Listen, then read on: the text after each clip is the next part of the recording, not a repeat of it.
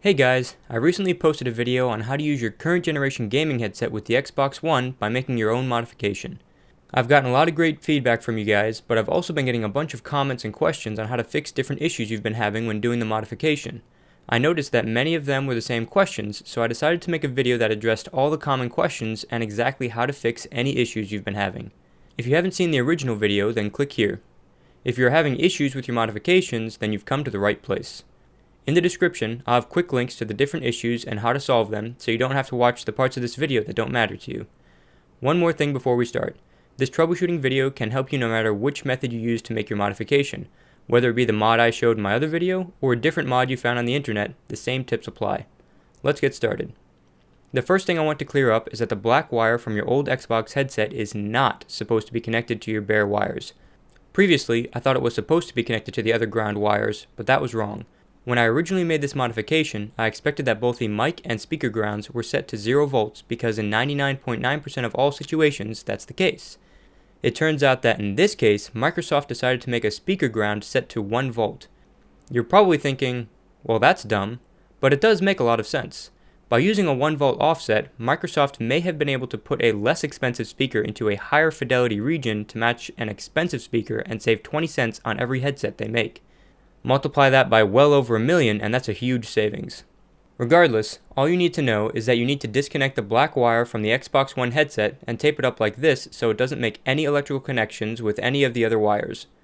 You do not need to remove the black wire completely, just make sure that you don't connect it to your current generation headset. Now for the common problems. The most common problem I've heard is that people you are playing with hear themselves echo when they talk to you. Often, they will also hear the beep that your headset makes when you've turned the chat volume all the way up. This echo is caused by your mic and speaker wires touching. The fix for this is obvious. You make them stop touching. However, finding where they're touching may not be as easy as you think.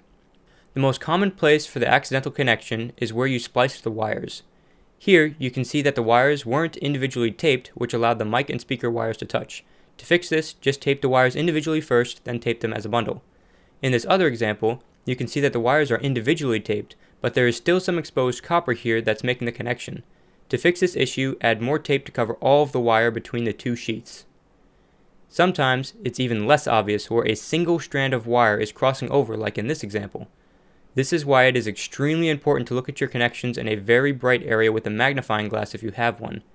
To fix this, wrap the loose strand around the correct wire and tape over all of the wire between the two sheets. In this fourth example, the wires look fine from a distance, but if you look closely you can see a cut in the mic wire from when the cable was cut open. This cut is very tiny and can sometimes only be seen with a magnifying glass. If both the mic and speaker wires have cuts like this in them, then that could be what's causing the echo. To fix this, just tape over the cuts with more electrical tape. The only other thing that can possibly make the echo happen, but is extremely rare, is that your speaker and mic wires are too close to each other and the signal from your speaker wire is jumping through the air to your mic wire. Every signal on a wire generates something called an electromagnetic field. In most large-scale cases like this headset modification, the field isn't big enough to cause another wire to pick up the signal, but that doesn't mean it can't happen. To fix this issue, all you have to do is push the mic and speaker wires further apart like this.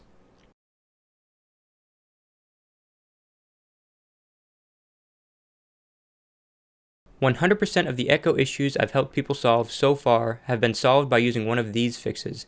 If you've tried all of them and it still doesn't work, then I recommend having someone else take a look at it with you while going through the steps again. As an electrical engineer with just shy of 4 years of industry experience, I promise you that there is nothing else you need to know to be able to solve your echo issue." Another common issue I see in the comments is that it just didn't work. They can't hear anyone and no one can hear them. This commonly happens when something is wired incorrectly. Remember that not every headset is going to have the same wire colors or the same color code. For example, one headset might use the white wire for the mic, while a second headset uses the green wire, and a third headset uses a red wire for the mic. Make sure you check in the description of the modification video to see what wires need to be connected for your particular headset. If you don't see your headset listed, that does not mean the modification doesn't work with your headset. All it means is that I haven't gotten the color code for that headset yet. In that case, I recommend looking for a headset that is similar to yours and using those connections as a starting point. Don't be worried about breaking your headset or controller by trying different connections. This can only happen if you started trying to connect power wires to your controller. But as long as you are using the cable that plugs into your controller and not the cable that plugs into your Xbox, then you're all set.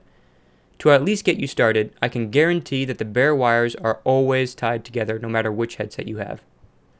If you are positive that you've matched the correct colors together, then the only problem is that one or more of your connections are loose. To fix this, you need to twist your wires together more tightly. I highly recommend using solder, but if you don't have solder or can't use it, then I recommend overlapping at least 1 inch of bare wire for each connection before twisting the wires together. You'll also need to make sure that you wrap the tape extremely tightly and don't accidentally loosen the connections while taping them. It's best to complete and tape up one connection at a time if you're not using solder. Also, shrink tubing will work much better than taping your wires, so if you have the chance to get some of that, I highly recommend it. Unfortunately, I didn't have any shrink tubing with me while I was filming, so I can't show you how to do that, but I'm sure you can find a great tutorial on using shrink tubing somewhere on YouTube. The other thing is to check for black residue on the wires that you burned with a lighter. If you didn't wipe off the residue, then even if you solder the wires, you probably won't get a good connection. Make sure you wipe off all the residue with your fingers or with rubbing alcohol. The wires should be a bright copper color before you make your connections. This next fix works for all of the following problems. You hear a buzz, crack, pop, scratch sound. Everyone can hear you fine, but you can't hear them or they sound very quiet to you. And you can hear everyone else fine, but no one can hear you or they say you sound very quiet. All of these problems are caused by a loose or poor connection. To fix this, you need to twist your wires more tightly together. I highly recommend using solder, but if you don't have solder or can't use it, then I recommend overlapping at least 1 inch of bare wire for each connection before twisting the wires together. You'll also need to make sure that you wrap the tape extremely tightly and don't accidentally loosen the connections while taping them. It's best to complete and tape up one connection at a time if you're not soldering. The other thing to check for is black residue on the wires that you burned with a lighter. If you didn't wipe off the residue, then even if you solder the wires, you probably won't get a good connection. Make sure you wipe off the residue with your fingers or with rubbing alcohol. The wires should be a bright copper color before you make your connections. That's it for troubleshooting. I guarantee that any issue you are having can be solved with one of those fixes. Now for the frequently asked questions. Does this void my Xbox warranty? No, this does not void your Xbox warranty, but it does void the warranty of just your Xbox One headset. So that means if your Xbox had some sort of mechanical failure, you can still send it to Microsoft under warranty, but you cannot send your Microsoft headset in after cutting it open. I cut my cable open and I have 5 or more different colored wires. What do I do? This is typically because someone cut open the cable that connects into their Xbox and not the cable that connects into their controller. Make sure you are cutting the cable that connects into your controller. If you did cut the wrong cable, then just reconnect those wires like they were by matching the colors, tape it up, then grab the correct cable and do the modification. Does this work with my Triton, Astro, TurtleBeach, etc. headset? And does this work with wireless headsets? Yes, to both of these. It works with all headsets that have a cable that connects into the controller, which is every headset that has chat capabilities with the Xbox 360. Some of your headsets may use a Bluetooth adapter, but you should still have an option to plug a cable into the headset and the controller. Does this give me game sound? No, this does not give you game sound. And to go along with that question, how do I get game sound if my headset didn't come with an optical cable? If your headset didn't come with an optical cable, then it likely came with red and white connectors like these, or a green connector like this, or both. The easiest way to get game sound is if your TV has red and white audio out ports on it like this. Make sure that they have the word out written next to them. If you plug the red and white connectors into ports labeled in, then you won't get any game sound. If your TV doesn't have the red and white audio ports, then check to see if it has a headset port to plug headphones into. If it has that, then you can plug your green connector into that port. If your TV doesn't have either of those ports, then you'll need to get an optical to RCA adapter and an optical cable. You can get these pretty inexpensively from Amazon.